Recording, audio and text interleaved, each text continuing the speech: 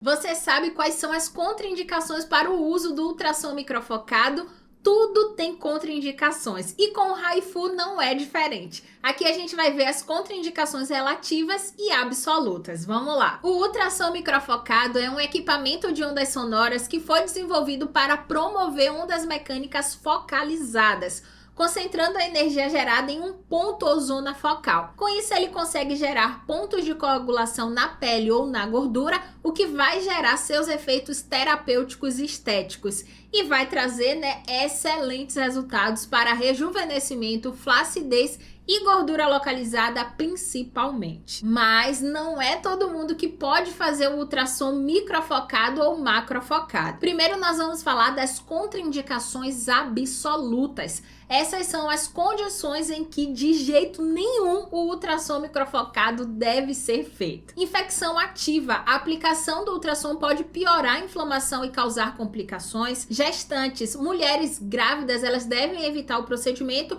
porque não tem estudos suficientes que comprovem a segurança e também nem o contrário. E aí, como tudo na estética, a gente sempre evita alguns procedimentos ou eletroterapias nesse período. Doença mental. Pacientes com doenças mentais graves podem não compreender corretamente o procedimento, o que pode aumentar o risco de complicações. Feridas abertas, o ultrassom ele pode piorar a inflamação e também atrapalhar a cicatrização.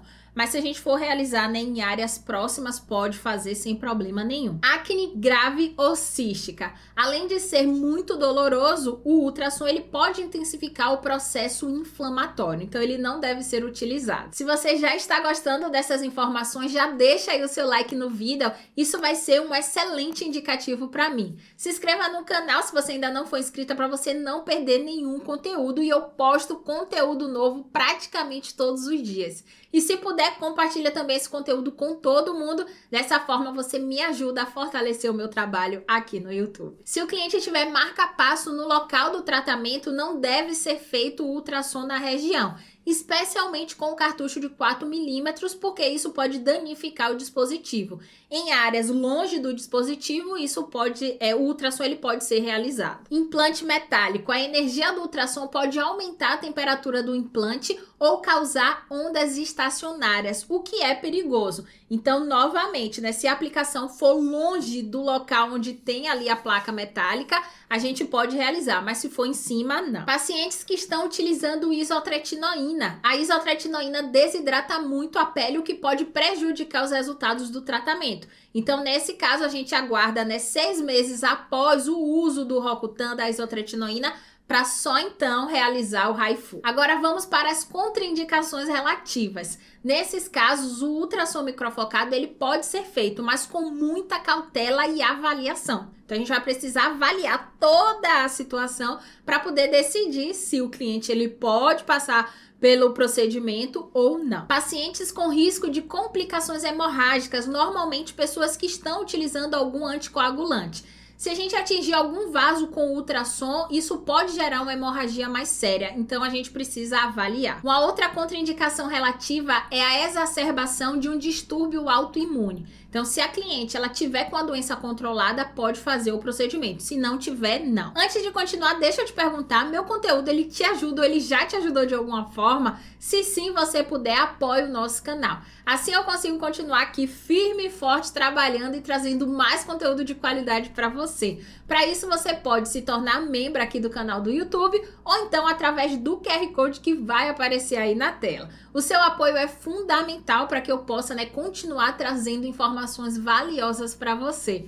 Para facilitar todo esse processo, eu coloquei o link na descrição desse vídeo ou então no primeiro comentário fixado. Continuando, doenças ou condições médicas ou então o uso de algum medicamento que vai alterar ou prejudicar a cicatrização, como diabetes, tabagismo. Então esses pacientes também a gente vai precisar avaliar. Outra contraindicação relativa são pacientes com expectativas irreais ou então diretamente sobre o queloide. O acoplamento ele fica prejudicado e a depender da altura do queloide, isso vai prejudicar a ação do HIFU no tecido-alvo. Então a gente não vai produzir os mesmos efeitos, por exemplo. Então a gente precisa avaliar muito bem isso. Agora a gente vai ver com relação a implantes e preenchimentos. Com relação ao ácido hialurônico, os estudos mostraram que houve perda do ácido hialurônico em 2 situações.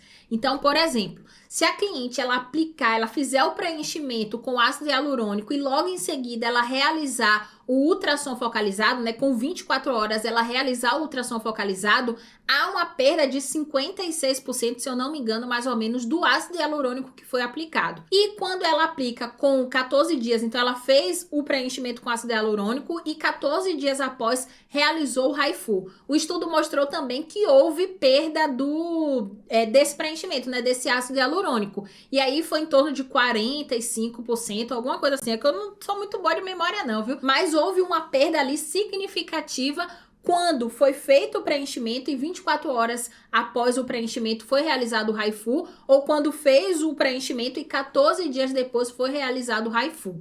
Então, é importante a gente saber, né, que há perda do preenchimento, né, do ácido hialurônico, e por conta disso a gente não deve fazer essa associação. Mas quem realizou o preenchimento, né, e 28 dias depois realizou o HIFU, não houve uma perda significativa. Por isso que é importante a gente fazer essa avaliação. Por isso que entrou aqui como uma contraindicação relativa, porque a gente vai precisar avaliar. Então, se a cliente realizou um preenchimento com ácido hialurônico em menos de 14 dias, a gente não vai utilizar o HIFU porque ele vai ter uma perda ali, né, do ácido hialurônico muito significativa. Mas se foi, né, após 28 dias, então se já tem 28 dias, 30 dias do preenchimento, aí a gente vai avaliar para ver se vale a pena fazer ou não. Então houve perda, mas a perda não foi tão significativa. Então é importante a gente colocar isso na balança também, às vezes até esperar mais tempo, né? Então se a cliente chegar lá com um ano após a aplicação do preenchimento,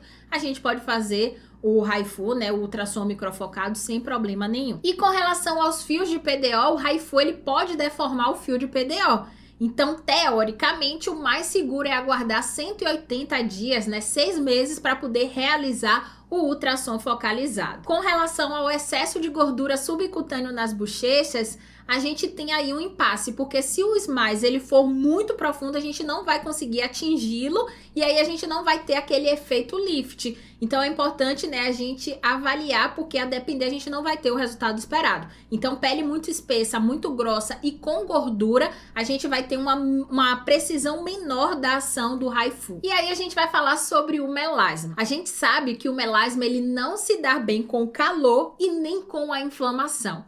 Mas teve um estudo que apresentou resultados positivos quando eles associaram despigmentante, e aqui foi utilizado a hidroquinona com o HIFU. Então o HIFU ele foi utilizado em uma dose bem baixa, 0,2 joules por centímetros quadrados, e a profundidade 1,5 milímetros, né?